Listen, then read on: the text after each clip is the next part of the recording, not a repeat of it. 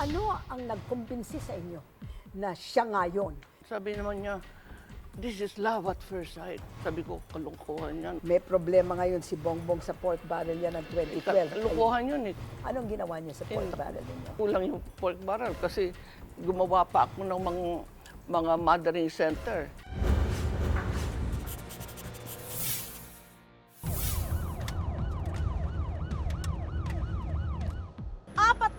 Isang taon na ang Proclamation 1081.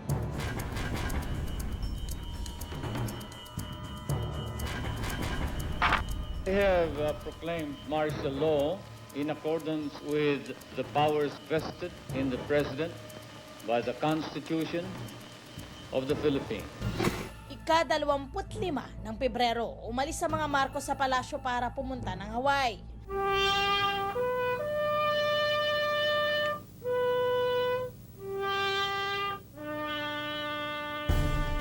Matapos ang halos 6 na taong exile sa Amerika ay nagbalik sa bansa ang misis ni Marcos na si Imelda kasama ang kanilang 3 anak.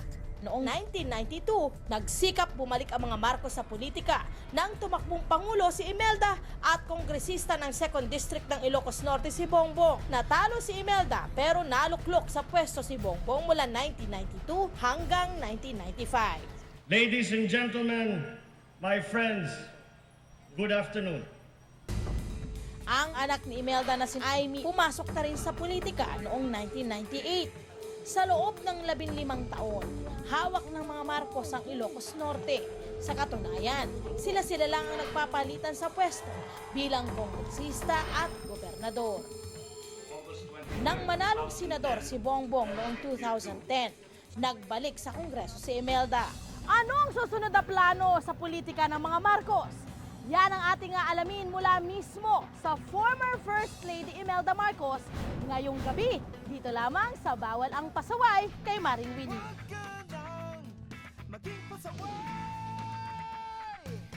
Let's focus on your life, starting from when you met Ferdinand Marcos. Alam niyo, Mrs. Marcos, you met him something like April 20, and then May 1, you got married. You 11-day courtship. Sapagkat in 20 minutes, nung nakita niya ako, he proposed marriage. In 20 minutes. In 20 minutes. Ano ang sinabi, ano ang nagkumbinsi sa inyo? Because at that time, you had a boyfriend. You were Wala not naman akong boyfriend. Maraming lumiligaw. Pero wala lumiligaw. akong boyfriend. May boyfriend kayo, narinig ko eh. Di ba Wala. sinakpil? Isa lang yun. Isa. Sa mga lumiligaw. Okay, well anyway, ano ang nagkumbinsi sa inyo na siya ngayon? Because, I mean, you know, 11 days. What did he say? Unang-una, sabi kong ganyan, nung sabi niya, 20 minutes after we met, sabi niya, if you will marry me right now, I'll marry you. Sabi ko, I don't know you from Adam. Sabi kong ganon. Sabi naman niya, this is love at first sight. Sabi ko, kalungkuhan yan, walang naglalove at first sight. Teka, sabi niya ganyan. Ever since I was a young boy, sabi niya, I had an image, of a dream girl. Ganitong mukha, ganitong kilos, ganito ang ugali. So, meron akong dream girl. Lahat ng mga girlfriend ko na dumadaan, hindi mag-match-match. Suddenly dumating ka. Pagdaan mo, perfect match. So, sabi niya ganyan, I love you all along since I was a child. My God. Naniwala naman ako. Naniwala kayo. What was ano yung kanyang argument that finally tipped and sinabi niya, okay, I'm gonna get married I to was you. perfect ko doon. Para sa kanya, perfect ako.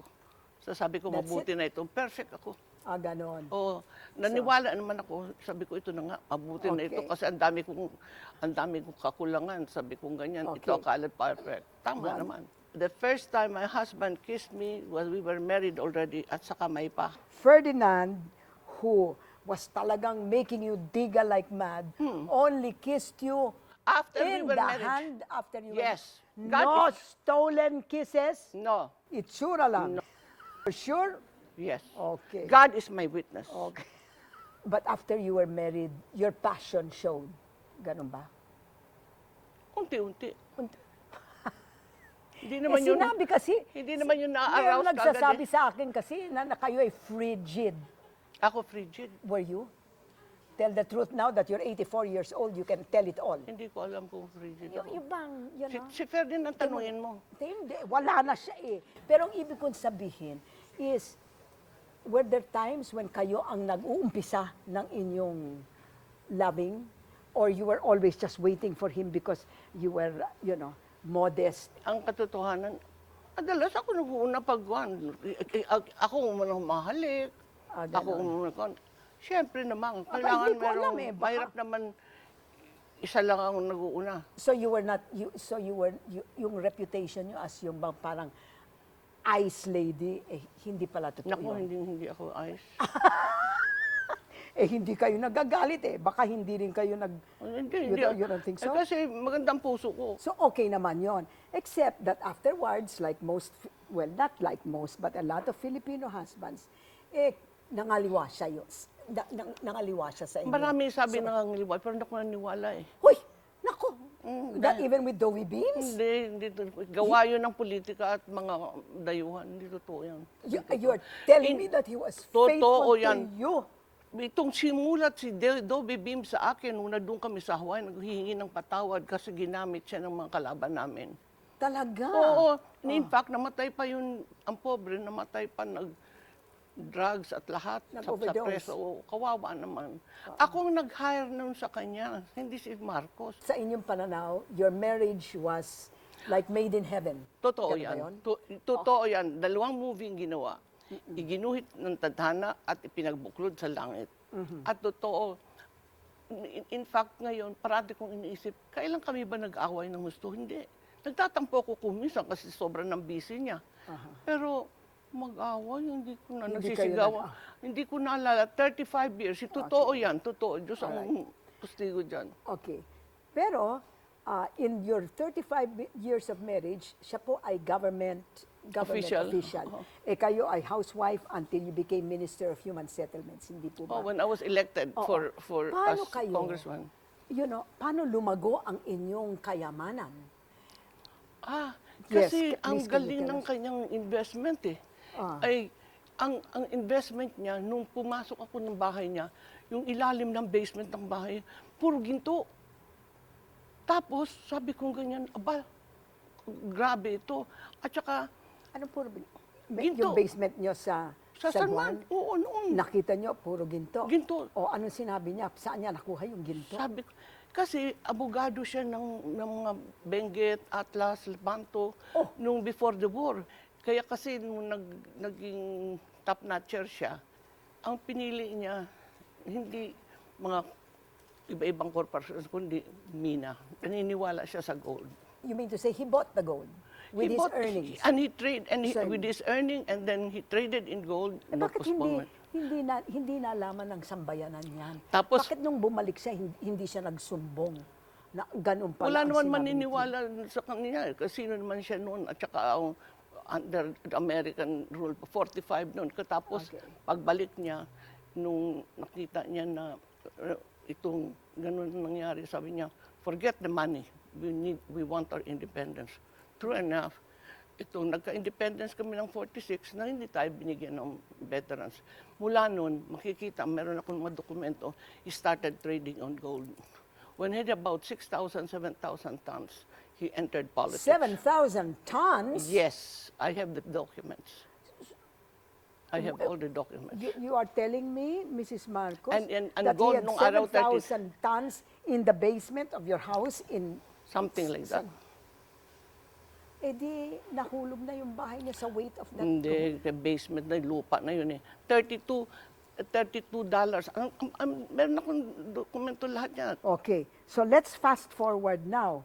Kasi kayo, after namatay po si President Marcos, kayo ay tumakbo rin bilang presidente noong 1992, natalo kayo. Alam niyo bakit ako tumakbo at bakit ako natalo? Hindi naman ako handa kasi kaya lang ako nagsabi,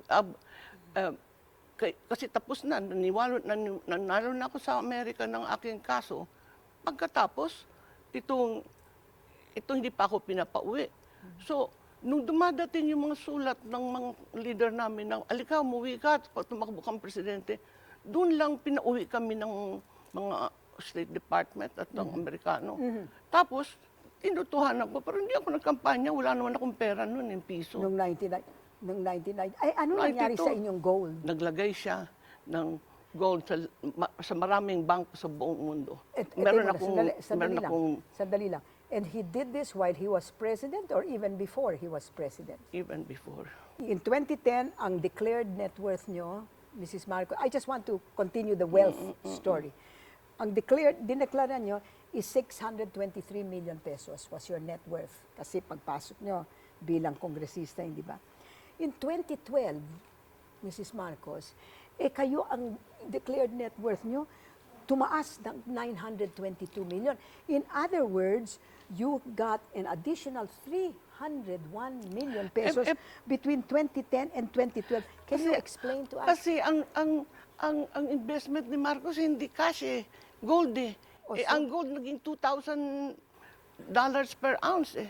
Also, Nag-umpisa si Marcos ng gold trading, kompletong papel ko, ang gold $32. Umakyat. yung Umakyat, gold, miski yung nandoon na sa bangko, kung saan nandun sila, umaakyat. Kahit na naka-freeze yung aming asset, itong umaakyat ang gold. what happened between 2010 and 2012, Mrs. Marcos, na umakyat ang inyong wealth by 300 million pesos. Actually, 301 million pesos. Ano nangyari doon? At saka wala kayong kautang-utang, wala kayong ka-liabilities. Binibilang lang nila yung amount ng gold at that time. Isang kusing wala naman akong income eh. Oh. Sa totoo lang, puro frozen. Kaya yung lawyer ko nga sinasabi, Mrs. Marcos, you are very solid but not liquid. Meron akong kaso na mga ilang daang kaso, mga 500, 800, puro panalo. The trial of the century, nanalo ako, wala akong nakaw. Wala akong nakaw ang Marcos. Ilang taon na ito, 27 years, kami tinatagtad. Oo. Yung Swiss banks po, nagsabi na, well, the Swiss Supreme Court said na lahat yan nasa gobyerno yan at talagang nakaw yon. Hindi Ano na, paano na nakaw? Wala, ni gold, walang gold ang central bank noon. Paano magnanakaw sa walang pagnanakawan? Aha. Pagka makita ninyo ang mga dokumento namin, Ba't hindi nyo pinakita sa korte? wala Bakit naman nasa maninig inyo? sa akin. Sino naman ako ngayon? Isang biyudang ako My na goodness naman. Naku, kayo pa ngayon inaapi. talagang akong inuwapi.